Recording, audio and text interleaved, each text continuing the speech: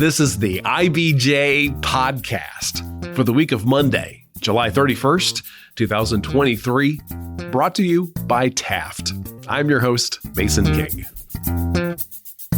Welcome back to the podcast, everybody. As we've discussed on occasion, my wife and I have a young son who is now just headed into second grade.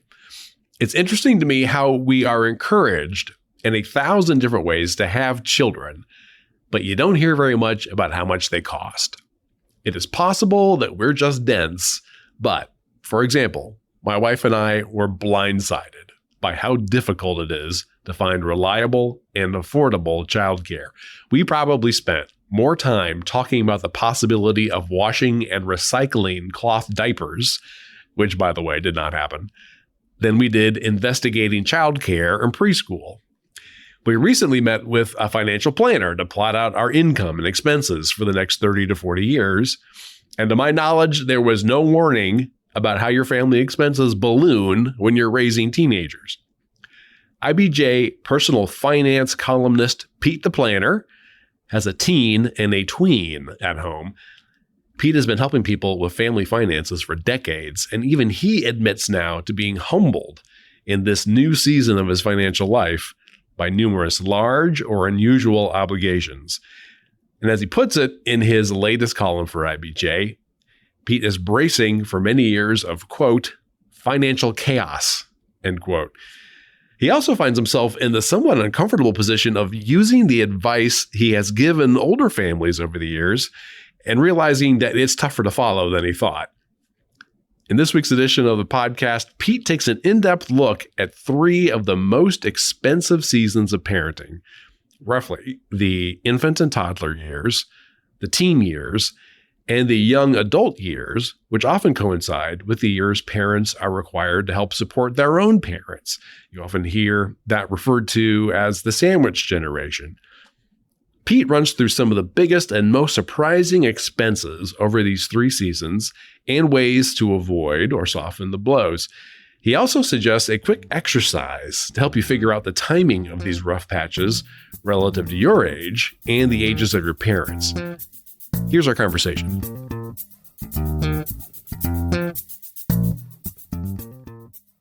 As always, it is my pleasure to welcome back to the podcast, Peter Dunn, aka Pete the Planner. How is your summer going? Hot.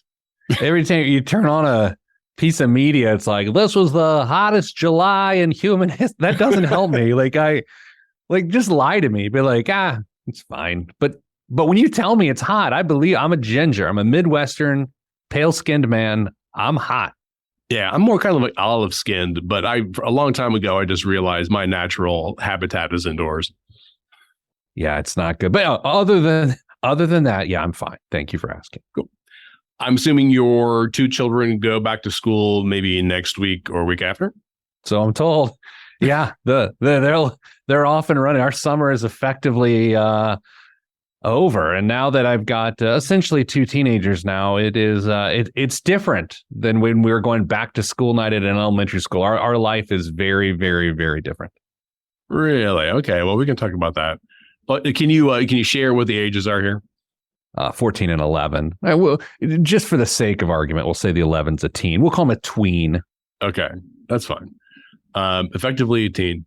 So my son is entering second grade. So we're still in the public school system. I am not excessively worried about him hitting any milestones that introduce big expenses for a while. But you, in your column, next week, describe raising teenagers as financial chaos. What on earth have I gotten into?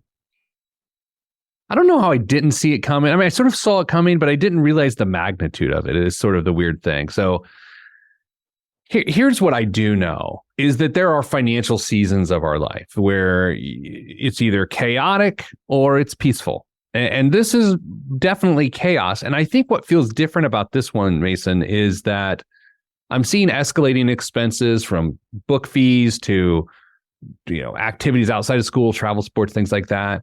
And then you start to introduce this idea that you're on this 10-year run of car, insurance for a teen driver, insurance for two teen drivers, college, college for two people. And once you hit that, I don't know what it hit me this summer, but this hit me this summer. I'm like, oh my gosh, I'm in for a decade of running on a financial treadmill, very little progress forward, just trying to keep my head above water. So in some level, there's the stress of knowing the expenses are there.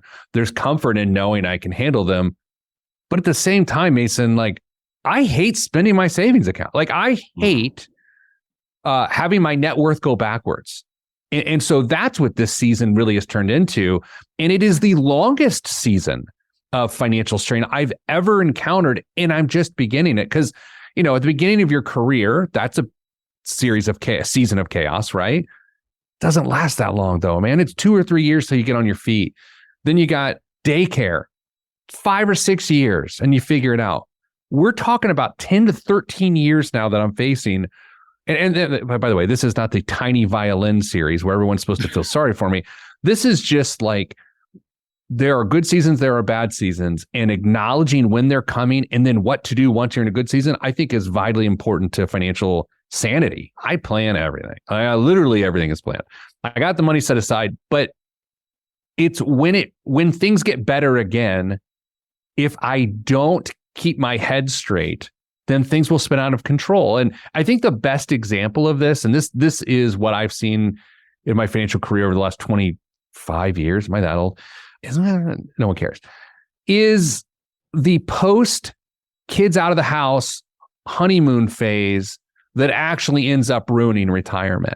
That you exhale so much when all of these obligations go away. You made it into this clean season, and so you vastly increase your lifestyle, and that lifestyle is unsustainable. So what's weird, Mason, is as I think about the next 10 to 13 years of, oh my gosh, what's about to happen, I'm also thinking, man, I better hope I don't exhale too much after that, because then the next season's even harder. Well, I want to focus on 3 of these seasons, which I think are most relevant to me personally. What's your podcast? Who listen to the podcast. Sure. We're all like you, buddy. So the first one is when you become responsible for a new human being. You've got a kid, multiple kids. You need to get them to school age. For folks who have not hit that milestone yet, what are the major extra expenses or financial hardships that babies, toddlers, and preschoolers introduce into your life? And then we can talk about if there's anything that you can do to prepare for that. Think back to those days, and early on, it's like diapers and carry out, right? Because you don't have time to do anything, right? It's diapers, carry out, and wine. But really what that stage is about is probably childcare in some respect. And sometimes that can mean childcare in the form of one person choosing to take a hiatus from their career to stay home for 5 or 6 years. And that is a cost, right? There is a cost to that. And so that is a number one.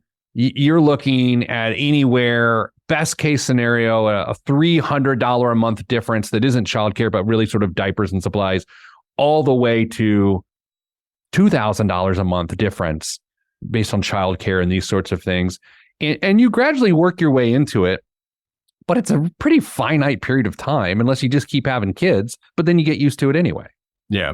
I think we were very fortunate to find close childcare that was only about $1,000 a month. Yeah, I think we paid I'm trying to think back, like $1,300 at our peak is what we were paying, and we felt pretty fortunate to only have to do that. But look, what's crazy is there's 2 people right now that don't have a child, that they're thinking about having a child, and you ask that person, hey, do you have somewhere between $1,300 to $2,500 a month that you're actually doing absolutely nothing with? And the answer is no. So how do you even come up with it? Is wild, but it tends to work out. Let me go back to a previous podcast subject. What about life insurance? I mean, this seems to me like the time when you need to be insured. Without a doubt.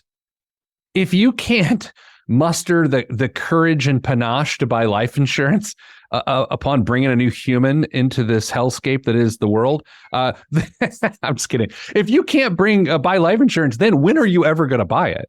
There's no time that you feel like mortal than bringing life into this earth. Like, so I mean, I don't know. You got to buy life insurance when you have kids. Yeah.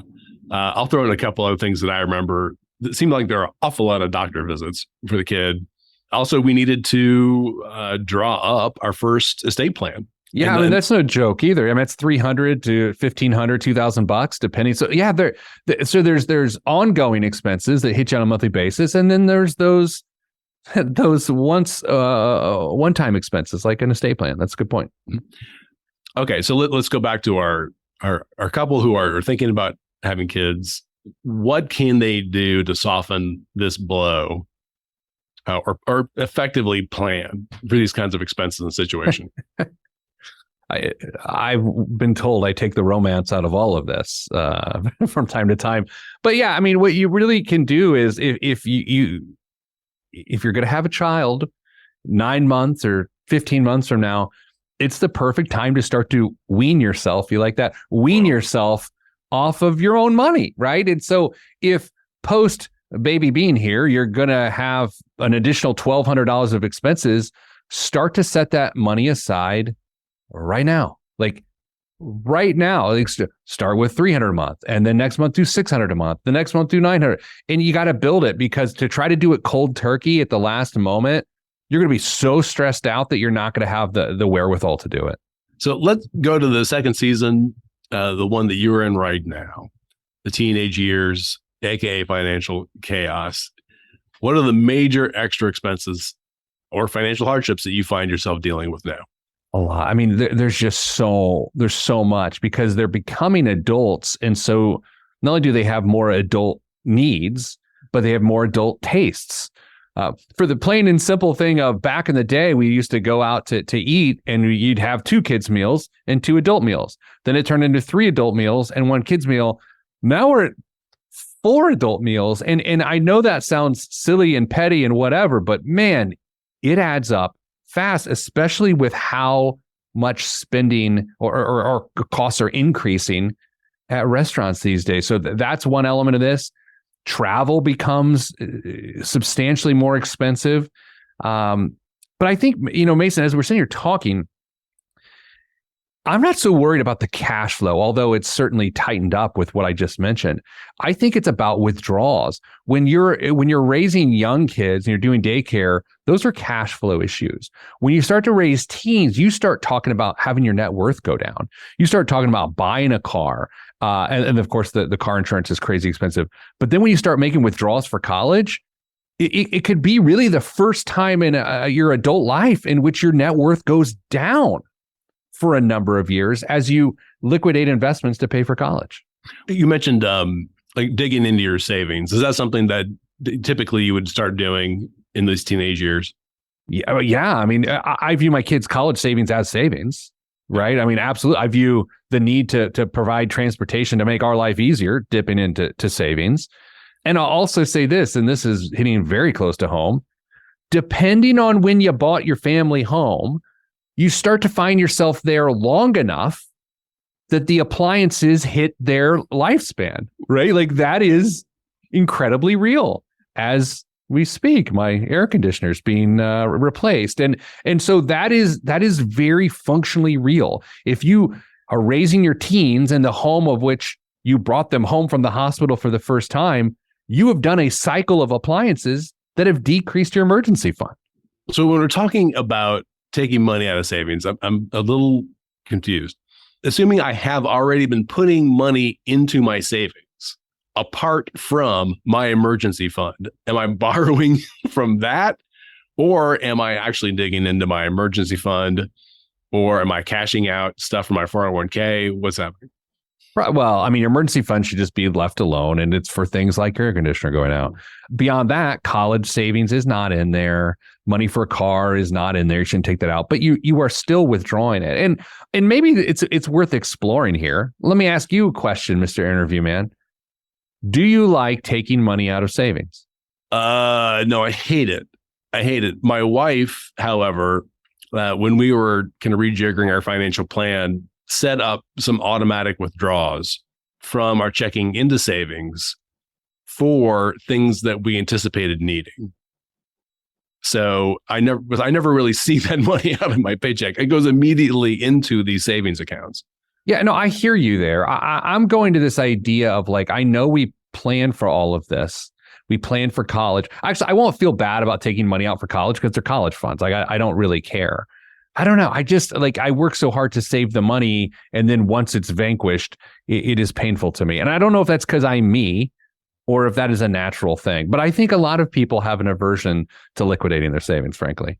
I'm going to go through some more scenarios here that will make people be afraid of having teenagers.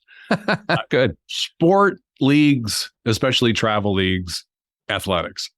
You have a pained look on your face. Well, here's the thing. Roundabout, I'm bad with time. Let's say 10 years ago, I wrote a column in USA Today about the negative aspects of travel sports. And now, some 10 years removed from that, I am knee deep. I'm chin deep. I am bald head deep in travel sports. It is a wild, humbling experience. And I will say this. I played light travel sports back in the 80s and early 90s as a kid. They did not cost anything compared to what they cost today. It wasn't even close. You're talking a couple $100 versus thousands and thousands of dollars now. Now we could turn this into the moral ethics of spending that much money on travel sports, or what you can simply say is that puts a lot more stress on upper middle class families than it used to. You know what I mean? And it's very real. And when you take that combined with increased housing prices, increased health care prices, increased price of college, raising teens is more expensive than it has ever been before. And that's very real. And again, it's not about feeling sorry. It's about acknowledging that if you're feeling stressed with teens financially, yeah, I get it, because it is more expensive than it's ever been before. Technology costs. There's something that hasn't been around for as long. iPads, internet, blah, blah, blah. Yeah, I mean, it's funny. In a book I wrote back in 2009, I talked about this concept of the new necessities, and I sort of tagged it at $250 to $300 a month. And it's what you just mentioned, right? It's internet plans and cell phones and those sorts of things. Hey, I don't know, 14 years removed from writing that book, I think it's higher than that now. I mean, it's higher than $250, $300 now with all the streaming services and everything else. So our necessities, or what we deem to be necessities, just keeps growing in obligation at this point. You're probably not at the point where you're doing college trips, but I mean, that will be coming up, right? Yeah, and who knows? I mean, that's the funny part about my we'll call it my media career, which just seems a bit on the nose. But I'll say this, is that with each stage of life of advice I've given over the time, I get reintroduced to what it's like to actually live it. I'm living teens now for the first time, but I've talked about it in the past. What's it going to be like when I start living college trips, right? When I I've got all this money saved for college, but what's it going to be like when I start negotiating with admissions offices? Like, what is that? Is that a thing? And so we're not there yet. I have friends in that season, and I guess it's on the horizon. Okay, let's take a quick break so we can hear from our sponsor. This is the IBJ Podcast. Taft, today's modern law firm. With more than 800 attorneys in 8 primary Midwest markets and the District of Columbia, we provide solutions to the business issues facing middle market and emerging companies alike. We do this through a highly collaborative and inclusive team approach. Taft, the modern law firm. To learn more, visit taftlaw.com. All right, we're back with this week's edition of the IBJ Podcast and my conversation with Pete the Planner about the most expensive seasons in your financial life. Your kids probably are not old enough to have part-time jobs yet, or do I remember that maybe one of them was refereeing? Yeah, so my daughter has referees soccer games and will work and wants to work, which is really, really good and interesting. So she'll be able to have spending money. And I assume my son will be too. It'll take the burden off from a cash flow perspective. I don't know. It's just sort of, I think what not only spurred this column, but spurred this conversation this week is this idea that before you have kids, or when you have kids early on, you put together these financial plans with your financial planner, and on paper, everything looks so clean and everything looks so no bumps. And then you get here and you realize that there are actual seasons. These are years long seasons. And if you actually mapped out the seasons and you said, This season's going to be 5 years. This season's going to be 10 years. And then the season we haven't even talked about being the sandwich generation, which I guess we've talked about on previous podcasts, but not today. Is that a 20-year season? Like what is that expensive season compared to the teen years? Oh, we're going to get to that, but hold on real quick. Because I'm getting close to that one too. But I was looking around, casting about for ways, again, to either plan for these situations or defray some of these expenses. Do you guys do carpooling? Yeah. I mean, you have to, right? I mean, you have to, especially in youth travel sports, driving all across the place. Yeah, you end up carpooling for sure. Can you convince your kids to accept secondhand electronic devices? You could try. Yeah, I know. I mean, yeah, absolutely. Yeah, that's absolutely possible. Are you buying food in bulk? We haven't turned totally into the discount club or whatever those places are called family yet, but we go, but we're not some of those carts that I see. We're not buying 55-gallon drums of Totino's pizza rolls. Well, we're not there yet. We can still really shop at grocery stores. In terms of like technology and phones, family plans and bundles for data. That's not, I mean, yeah, again, this seems sort of fixed at this point. Where it gets nasty is, AirPods or earbuds and then inevitably, based on how these things are today. You remember when you and I had our Walkmans and occasionally you would have to get new headphones and they were $12. Now when a kid loses a single earbud, which is the size of a lima bean, it is not $12. It's a couple $100, right? So I know the other side of this argument is like, well, don't buy your kids nice stuff. And I also know the argument is, well, you lose it or whatever, right? But in practicality, that's just not how it works. Like, and I'm saying this because I used to be Mr. Tough Talk on various aspects of financial advice. But once you start living it, you're like, yeah, that's unrealistic. And I think more than anything, what I've learned in this world of giving guidance for a living is that it's just not so black and white. And that's why I've often felt the best financial planning tool that can possibly exist is a calendar. Because understanding how long your financial challenges are going to last, these periods of time, are so much more important than staring at your checking account or staring at your financial plan. Your calendar is your best financial planning tool. And I'll just step out of the way for a second. You can tell us about your favorite way to save for college. I used to do ads for a group. So I like 529 plan personally. I think it's clean. It's easy. We are approaching in the next 5 years, though. My daughter will be in college in 4 years. We are approaching the years of which we're going to have to maybe throttle contributions to make sure we don't have too much money in there at some point, which nice problem to have, but also a problem nonetheless. If someone gets a scholarship or someone chooses to go a different route than college, you start to get into those years where you just want to make sure that you're not being inefficient with those savings. So our third season, you mentioned the sandwich season. Yeah. Folks are still helping support older kids while beginning to help aging parents. And also, I mean, there's a third party in there. I mean, they're also needing to take care of themselves.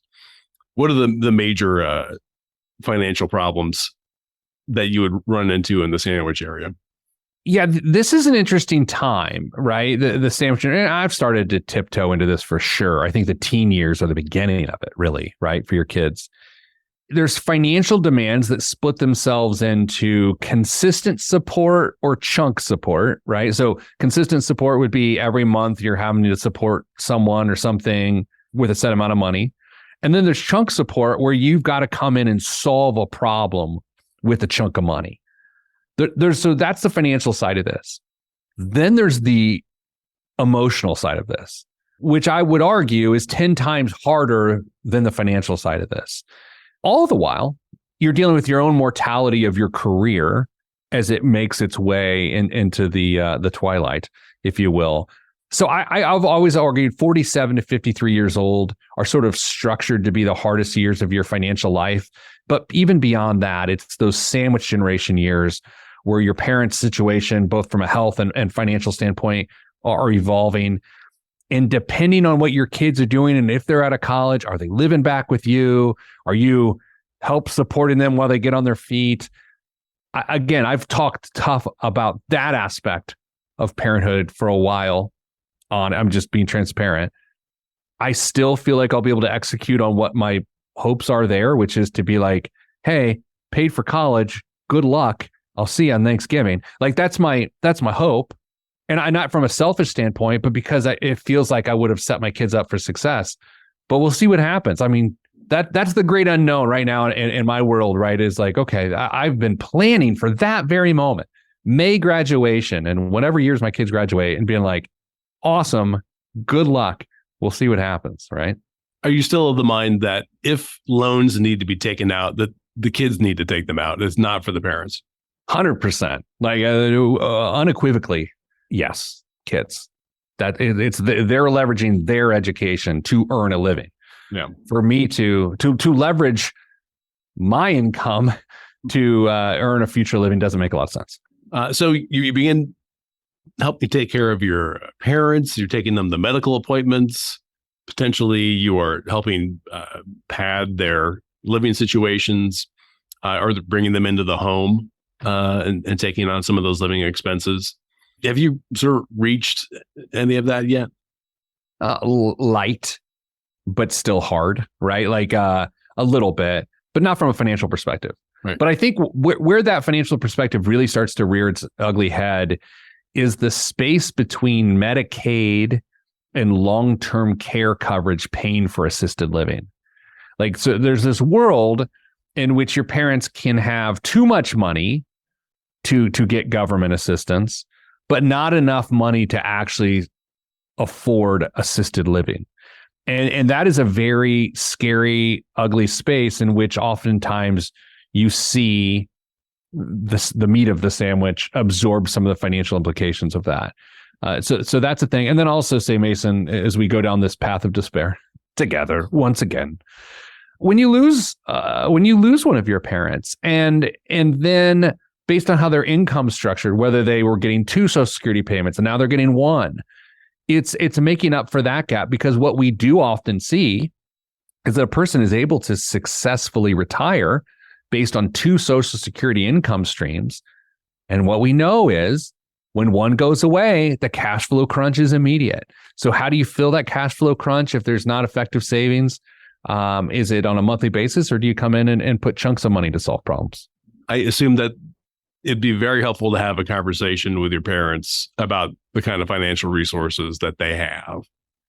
Yeah, that's a conversation I've absolutely had. And the weird part about it is, Mason, like I am you called me a financial expert, so I'll go with your words. I'm a financial expert, so I can get my head around it a little. Yeah, no, I am. I can get my head around it. I'll be honest. I don't know how the average person takes what they hear in that conversation with their parents and does anything with it. Like I sort of know the mechanics of how this stuff works. Like, okay, listener, go have a talk with your dad this weekend. Okay, you do. You go play golf. You talk to your dad, and you're like, okay, what do you do with it? Like, the argument would be like, go to your financial planner and talk to them about it, right? That would be the hope. You know, I'm always pushing people to get more out of their financial advisor. I love financial advisors. I think people sometimes don't get the most out of their financial advisors, and it's their fault, not their financial advisor's fault. I gotcha. So I've got questions about how to help my parents. I can go to my financial advisor and say, tell me what I need to do. Yeah, because your financial advisor will really sort of know the structural elements of that. And again, I go back to things like, well, do your parents have a pension? Well, yeah, they do. Well, what happens if the person who primarily had the pension dies? Well, I don't know. Okay, well, go ask. Okay, and then you come back with an answer that stinks, and you're like, okay, well, here's what that means. It's really about when one of them passes away, what sort of income structure remains.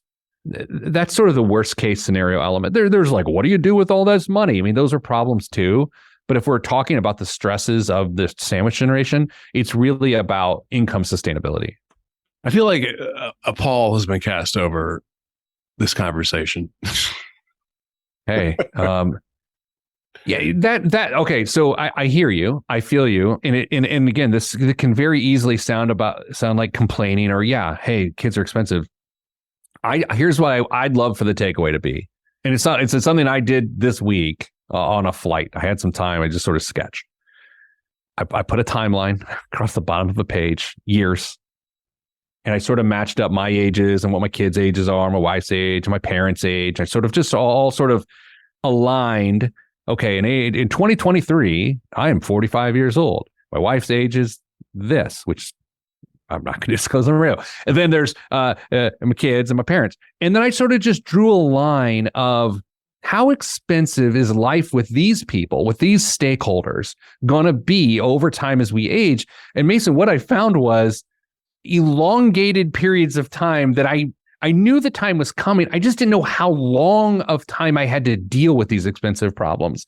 And I would love for that to be the takeaway. Write your ages, write everyone you're responsible for, and then just draw how expensive is your life. It's all relative, by the way.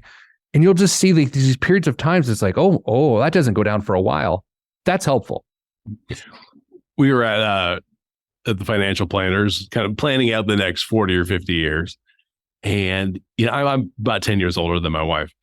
And I was looking at really the long-term forecast. And then there was like this point at which I guess, the income just kind of like cratered.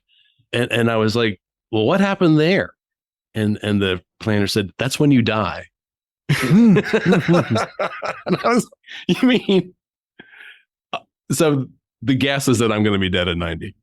Well, I think it goes to the earlier point in the conversation of like, you put together these plans on paper, they're printed with nice color ink. I mean, they're lovely. I used to produce these all the time, but then you get to living it and it just, I don't know, man, I'm doing this for over 2 decades. I've never seen a financial plan go the way you think it's going to go, ever. Even when it goes well, it does not go the way you think it's going to go. And I think by acknowledging your family structure and in those periods of time, I think you can soften that blow. And I said soften with a hard T. So it was really uncomfortable. Should have said soften. I said soften, which isn't a thing, but at least I heard it. All right. I'm going to wish you the rest of the summer filled with air conditioning, happy children, excited about school, not too many soccer practices. I want the soccer practice. I will tell you this, though. You don't know how cranky people get until they sleep in a home of 88 degrees for 3 nights in a row. It was like Lord of the Flies. It was very, very stressful at our house. I was just seeing, the other day, because when I grew up, we didn't have central air. We had an air conditioning unit in my mom's room. So, I mean, it was me and a box fan. Yeah. And I, there were some nights I couldn't sleep at all, but we got through it. Everything was okay. Needless to say, we've softened as a culture. And I feel like I'm particularly getting very soft. Yes. So I noticed. Well, there you go. I will let you go. But boy, that's just almost too much stuff to think about. Draw a timeline. That's the takeaway. Sometimes you're like, oh, we're just in some morass of despair. No, draw a timeline. I'm telling you, it's enlightening. Mason, we get off to here today. Grab a piece of paper, draw this out. It's helpful. Okay. All right. I'll have to go back and listen to this one more time. Thanks. All right, buddy. Thank you so much. I appreciate it. Thanks, Mason. My thanks again to Pete the Planner.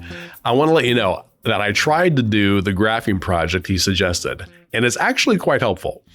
I drew a timeline on a sheet of paper and then marked how old I will be in 5-year increments along the timeline. I then graphed my wife's, son's, and parents' ages, and quickly saw that my era of maximum sandwich exposure likely will be between 2028 and 2032. And that's helpful to know. A quick reminder, Pete's column on personal finance appears regularly in the print edition of IBJ, and you can find several years' worth of his work at IBJ.com. And before you get on with the rest of your week, there are a few stories in the latest print edition of IBJ I want to point out. First up, the town of Cicero is right on the shores of Morse Reservoir, but it might as well be 1,000 miles away. Daniel Bradley explains why the town must find underground sources of water if it wants to grow like its Hamilton County neighbors. Taylor Wooten reports on a move by the Indianapolis City County Council that could lead to the revitalization of the largely vacant Irvington Plaza Shopping Center. And Dave Lindquist profiles the in-demand videographer who's responsible for much of what the rest of the nation sees of Indianapolis via Good Bones, Music in Transit, and documentaries. And again, you can find these stories in the latest print edition of IBJ or online at IBJ.com. And thanks again for making time this week for the IBJ Podcast. I'm Mason King. Hang in there, everybody. We'll be back again next week.